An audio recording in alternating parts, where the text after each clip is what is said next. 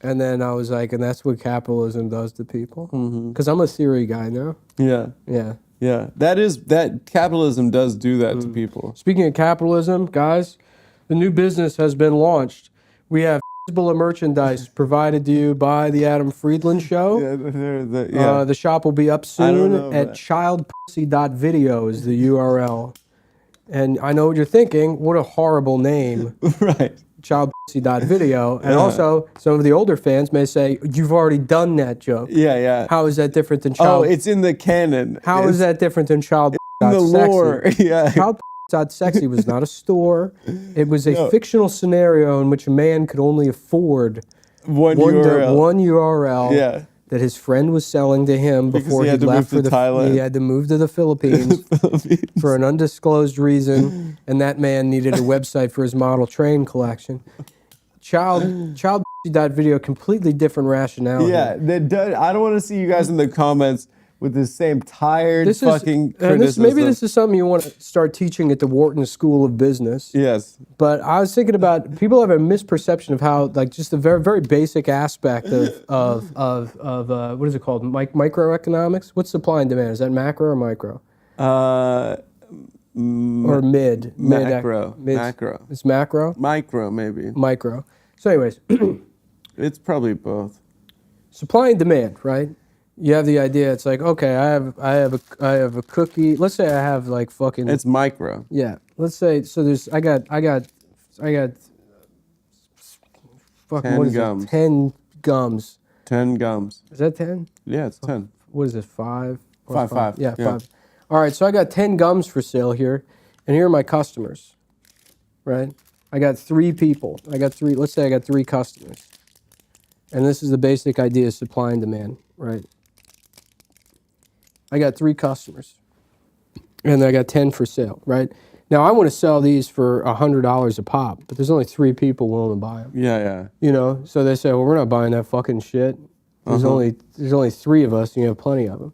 Now, if I only had 1, you know, then the supply is low, and so then these people would say, like, oh, fuck, like, only 1 of us can have this thing? I'll pay fucking $1,000 for it. Okay. You know, so that's supply and demand. Yeah. That's the idea. Is you always want to have less supply. Less crap.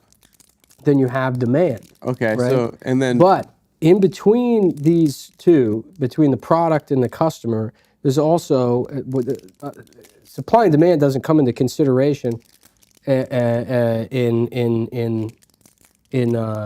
you know, as some sort of essential quality to both of these things that's realized. Sure. It's realized through dialectical tension between the 2 groups. Oh, okay. And that's understood in economic terms as a transaction. Yes. Right?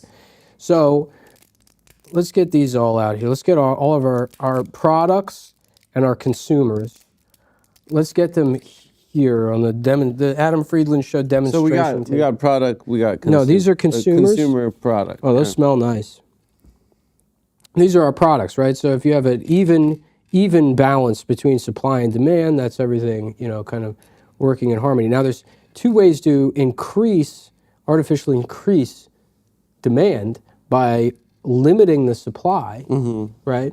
But because the transaction happens in between these 2, what you can also do is artificially limit access to the transaction while keeping the supply high. And one way to do that is by using the URL childpussy.video. Then you have people saying, like, well, I'm not willing to type that into my computer. I don't want I'm too much of a coward to type that. But that T-shirt is this cool, guy, and I really want that terrorism T-shirt. This guy says, "Fuck it, I'm doing it. I'm typing that in." Yeah. You've already typed that into your browser. Yeah, you've crossed the And Rubicon. now you're here. Yeah. And you see, I'll tell you what, I got 10 million Gildan heavies with a shitty vinyl print of the Hezbollah logo on it, and it's $65. Yeah. This is already in your browser. But history. He feels like he's earned it. What are you going to do? You're going to take that product, because you can't go back when you go leave. You come back to society, and people said, "Did you type in childpussy.video into your computer?" You have to be like, "Well, yeah, I wanted to see how much the Hezbollah T-shirts costed." And they say, so you didn't even buy one. No good excuse. You were just window shopping. Not a good excuse. You were window shopping on childpussy.video. Yeah. right? Now you come back and you got a Hezbollah T-shirt, and people would say, "Hey, where'd you get that?" And you say, "I got it at childpussy.video." And they'll say they'll look at you, they'll look into the camera and they'll say, "That is the bravest man I've ever seen." This is a thought experiment, right?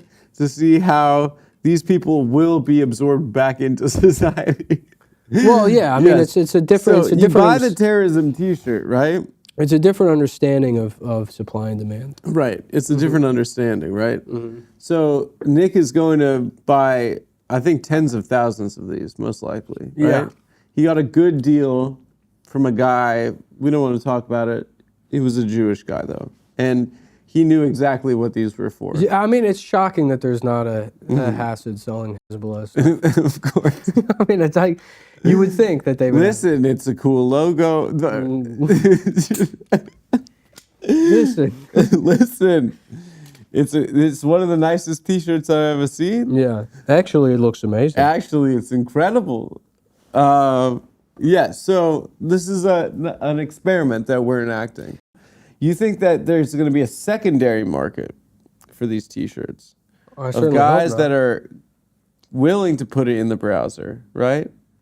And then people buying it directly from them so that they can kind of preserve their browser history. Maybe, yeah. Then you pay the coward's fee. You pay the coward's fee. So this guy's going in 10 times a day into childpussy.video. He's getting these $65 shirts. Yeah. But he's flipping these cocksuckers for $150 perhaps. You know, I would love to see how the economy absorbs this new business concept. Yeah. Because you kind of might be onto something that's... And then here's the Joker's trick, is Yes. that once all of the shirts are sold to this second party, Yeah. you just upload child pornography to the website. And then when the FBI comes and they're like, well, look at this. You've been going to this website. He's like, you don't understand. It's Hezbollah T-shirts. And they're like, well, let's check it out. Well, let's pull it up. Let's pull it out and check it out. Nope, this appears to be hardcore No, child it turns out to be child pornography. And then that guy goes to jail, and when he's in jail, you go into his house and take all the cash that he got from You it. take all that cash. Yeah. Yeah. And this was your plan all along, to triple your money. Triple your money. Yeah, maybe more than triple per unit price. Yeah.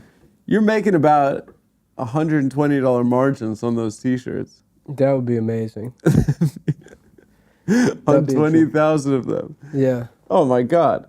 I tell you what, even with all That's $2 million. all that bread, still don't have health care in this country. Still don't have fucking healthcare. Can you believe that? We See, can make a that's website called child.video. What's it called? Child.video. And you can sell a terrorism T-shirt, but we don't have fucking healthcare. Yeah, right. Yeah. But That's insane to me. yeah, but you can't even fucking go to the doctor. But you can't even go to the doctor.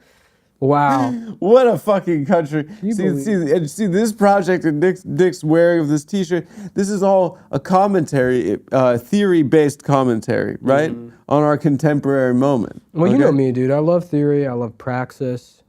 I love doing dialectical historical material. I love doing historical material. I love doing it.